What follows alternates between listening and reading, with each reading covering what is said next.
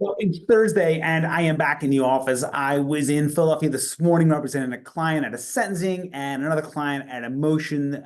The motion went very well, and the case is in a good place from the defense standpoint. With regards to the sentencing, obviously, we don't hide cases that we don't win, and just because a person was convicted at a trial doesn't mean that we still can't obtain a strong result for them. And that's what I think we did today in Philadelphia. Put out a blog article regarding some extra restrictions that were placed in New Jersey, especially on the shore town areas after Memorial Day holiday, places like Wildwood, New Jersey, Ocean City, because there was such a what they're classifying as civil unrest, they've decided to impose additional restrictions on people going into Wildwood and Ocean City.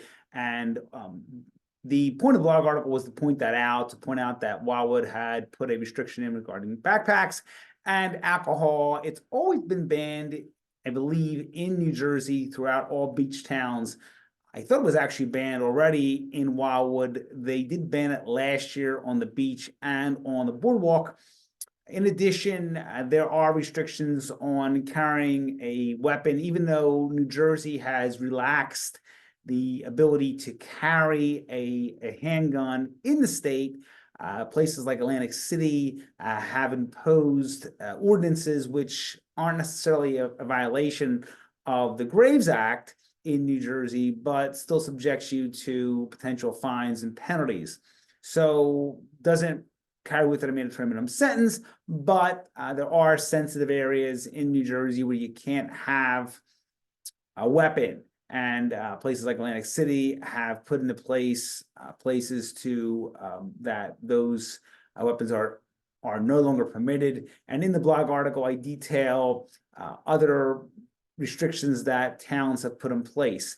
In addition, I put out an article regarding what occurred in the Hunter Biden situation. And again, the point with that blog, like the blog about President Trump's conviction, wasn't to take a political position on the case, simply to point out the various aspects of a prohibited person at the federal level and in Pennsylvania and New Jersey, which is where our law firm practices. In the case of Mr. Biden, he had filled out a gun application, even though he had a history of being a drug addict, and that created that criminal charge. He was convicted of it.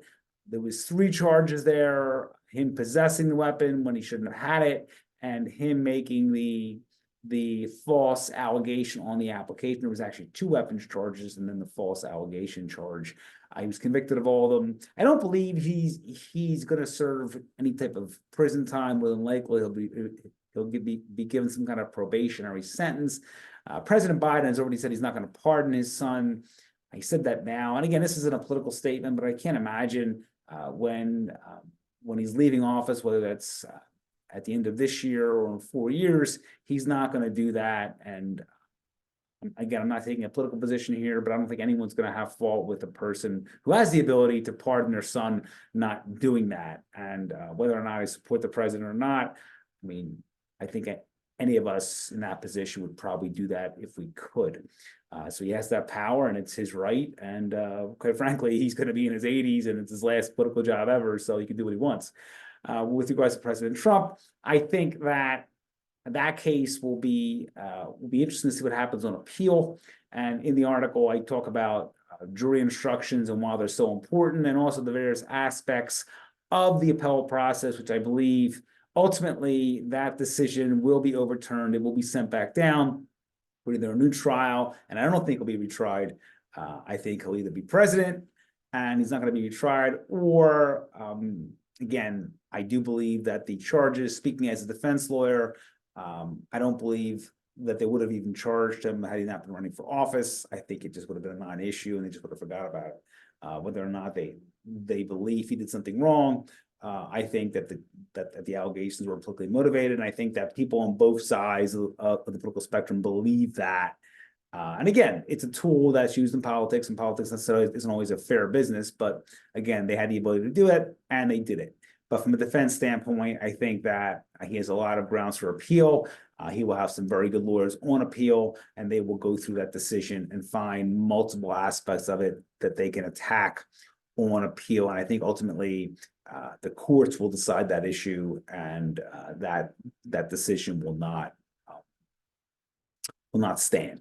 So with regards to the blog, tomorrow is Friday. It's a weekly update. Goes up to over 4,000 of our current and former clients in Pennsylvania and New Jersey. It's a fantastic articles coming out. I'm going to put in that blog update all my recent blogs, and you'll have links to the website where you can go and download our free strategy books, get my videos. At this point, we have over 1,000 blogs, over 600 videos, 5 strategy books. A lot of content is available at no cost for our clients and their family, because we believe that an educated client is in the best possible position to see the great result in their case. Once again, if you have questions, 215-755-9000 in Pennsylvania, 856-793-7429 in New Jersey, the website gambonelaw.com. As always, a tremendous resource for you and your family. All my books, my blogs, and videos are available there in one convenient format. Tomorrow is Friday. We'll give my weekend advice for those traveling in Pennsylvania and New Jersey. I'll just give a little bit now. If you are stopped for suspicion of DUI in Pennsylvania or DWI in New Jersey,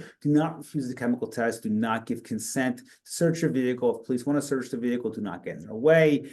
Remember that warrantless searches are permissible in New Jersey. They're not permissible in Pennsylvania. Police need a warrant to search their car unless they see something in plain view, or there's some other exception to the warrant rule. But again, I have to get into that. Just in terms of giving consent, do not give consent. So once again, 215-755-9000 in Pennsylvania, 856-793-7429. Have a great Thursday, and I'll talk to you all very soon.